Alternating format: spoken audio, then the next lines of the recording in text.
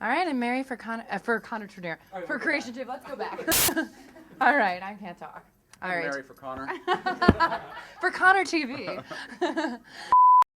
This is Mary for Creation TV with Connor Trinneer. How are you? I'm good. So tell me about the stage appearance you did at Quarks last night with Dom. For those who didn't get to see it, you guys had a packed house.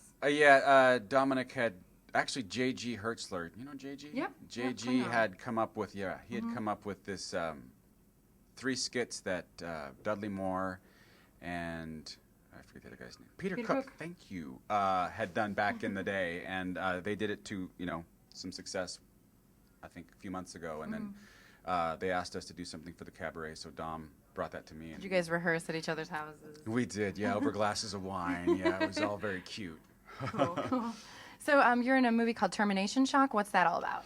It's a movie of the week for the Sci-Fi Channel. I did in Bulgaria the month of April. Cool. And I believe it's coming out in December.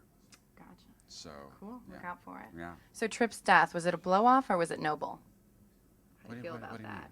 Like how it ended with talking about the next-gen characters more than you guys, Oh. and how you kind of I sacrificed yourself. I see it more as kind of a compliment to the character than anything else. I just think that it was, I mean, I took it as a compliment that they used half of the final episode dealing with that character's death, and all the other sort of political BS revolving around, the next gen people coming in. You don't get into I don't care. I mean, with time heals all wounds. Blah blah blah. So and at the end of the day, the people that really kind of are still bummed out about it are the ones who are buying the tickets for this joint.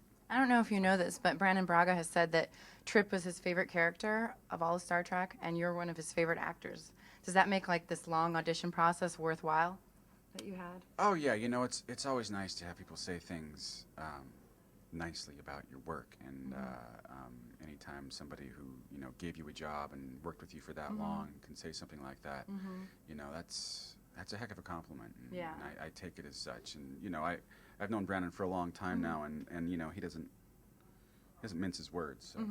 So that was nice. How do you think the show changed when Manny Koto came on board? I think that Manny's appearance with us I think it just reinvigorated the people that were there, and Manny's a fantastic writer, and I also think that his style lent itself to our show and where it was sort of going, and I think that he might have had a hand in making those sort of like 2 and 3 episode arcs that were really successful for us. So. And now a serious question: did you have to wax your chest for the pilot? Oh my God! For the decon chamber? Come on. We all want to know. No, I believe that You're was. You're just that smooth naturally. No, I'm not. Oh no, you're not. I believe that was a Schick Mach 4, or whatever those razors are. Yeah, and when it grows back, it feels really weird. And just real quick to wrap this up. They made me do that, by the way. They made me do that. Let's move on to Michael for season 5. Who does not shave his chest. No, he's a tough guy. Can you give us anything without giving away too much about what we're going to see from him in season 5? Well, in season 5, the first episode's already aired, right? Yep. I think it's sort of more of the same. He's kind of developed this need to conquer the galaxy, and he's got his sort of minion of hybrids helping him out. Do you see him as just power hungry, or is there more to him? I think it stems from all that has occurred to him, happened to him, but I do think that it did occur to him that, hey, I've got something going here, and I'm not going to stop. Yeah. So I can't really say where it's going, because it goes a pretty far place in this one I just did. Just darker place, or Well, more I action? can't really tell you. All right. His lips are sealed. What can I do? Yeah. But I mean, the character itself, I'd kind of like to see a little more of an evolution in the character, more than just like, you guys did this, I'm mad, and here's why I'm mad. Right. But I mean, I do understand that, like, in satellite stories, from the main storyline of the regulars. You Right. can't really, we're kind of, all of these storylines come in to serve Right.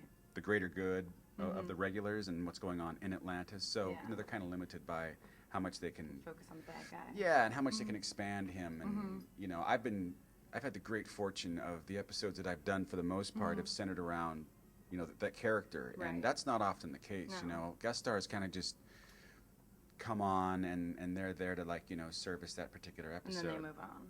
and then they move on. But these always sort of like stopped at the train station, Michael's train station, and spent some time. Right, right. So Well, cool. I look forward to seeing more. yeah, All right. Well, thanks for chatting with us. my pleasure. Appreciate it. Doesn't she look great?